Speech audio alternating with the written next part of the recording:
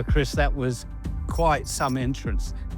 It looks like you were enjoying yourself. I've been riding for a few hours now, both on the road and on the unpaved roads here in Tabernas, and I've been having an absolute blast. What better place, and also what better person than Chris Northover to introduce us to a brand new bike from Kawasaki in the hugely popular adventure category, the new KLE500. Adventure style bikes have been so popular in the past few years for quite a few reasons, and personally I'm delighted to see Kawasaki bring a bike into this sector. It's nice to hear you say that, Chris. We think the style and specification of the KLE500 will really hit a sweet spot in the market and will have a really wide appeal. Now that you're able to take a short rest from enjoying the KLE500, I'm going to take advantage of your knowledge and experience so we can all share the key points of this new bike. Let's start with the most obvious aspect, the styling. What is your take on the look of the new machine with its LifesARally Ride It specification? LifesARally is definitely reflected in this kind of purposeful rally-inspired styling. Not only does it looks cool, looks individual, but that also has a practical side. It blends nicely with really good ergonomics on the KLE, both sitting down, riding on the road, and standing up, which is super important for an adventure bike. That's what I like. I like that it's fun, it's responsive, and it's comfortable however you choose to ride it and whatever terrain you're riding on. So you've ridden this KLE500 on road as well? Absolutely, yeah.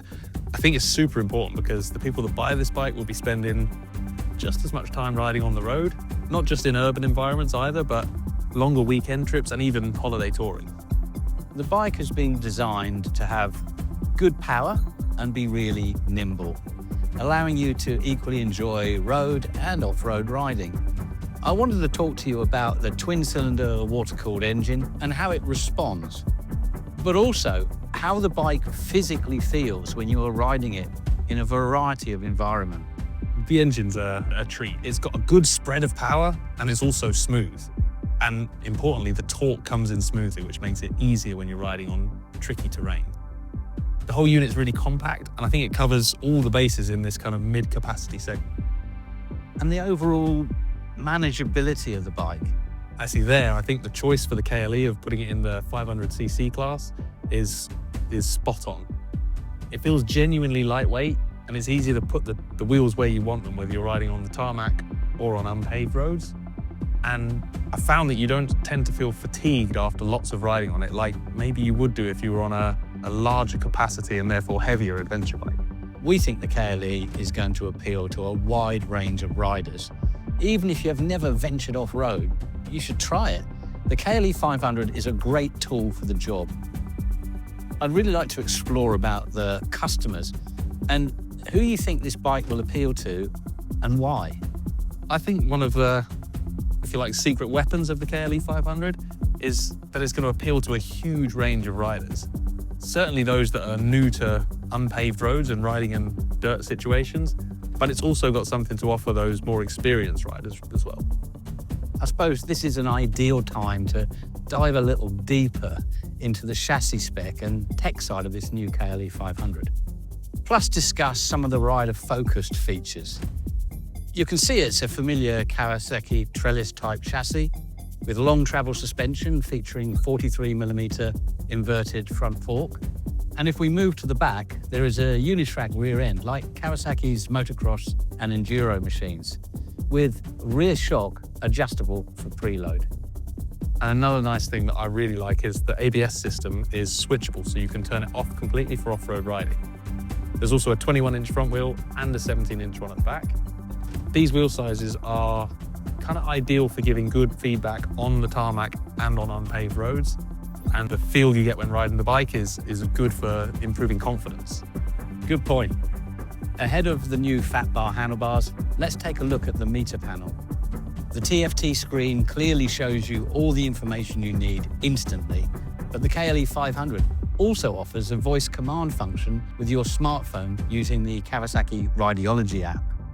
Yeah, if you've got a headset on in your helmet, you can literally ask your KLE things like, what's your fuel range, where the next fuel station is, or even locate the local coffee stops and loads of other useful items.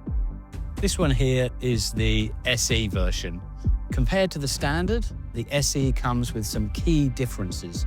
A larger volume aluminium bash plate, a large windscreen, perfect for touring journeys, a TFT screen with more functionalities that replaces the standard LCD item, LED turn signals, and a special graphic treatment. There's also a low seat option available as an accessory. Yeah, that's a really important thing because that's going to increase the number of people that the KLE500 will appeal to. We have both been mentioning the new KLE500 because, of course, Kawasaki have previously had a model called KLE500 back in the early 90s. In many ways, we are reimagining and reinvigorating that adventure bike crossover emotion with this new machine. And as we have mentioned, there is the model that you've been enjoying already, plus a standard version. But I can't help noticing there's a third bike here. Tell me about it. Well, that's something I'm just starting work on. I've been lucky enough to be allocated a KLE500 as a sort of project bike. I've already put some genuine Kawasaki accessories on there, including the tubular engine guard, the compact LED fog lamps, radiator screen, the ErgoFit flat rear seat, which is lower than the standard one. I've then removed the rubber foot pegs to reveal the serrated off-road foot pegs beneath them.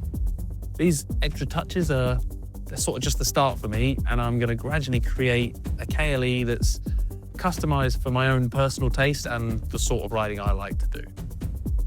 It won't be the perfect KLE for everyone, but I hope that people that follow me on social media will kind of enjoy the process of taking this bike and modifying it to suit the purposes I've got for it. After all, life is a rally, so that's what I'm going to do. I'm going to go and ride it.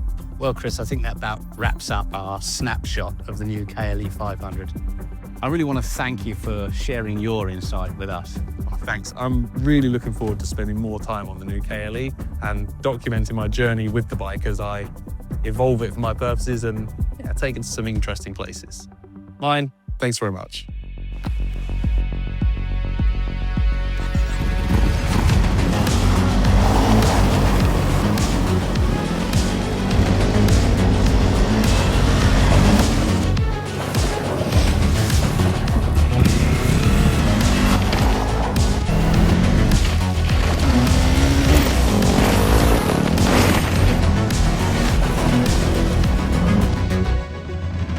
Enough talking.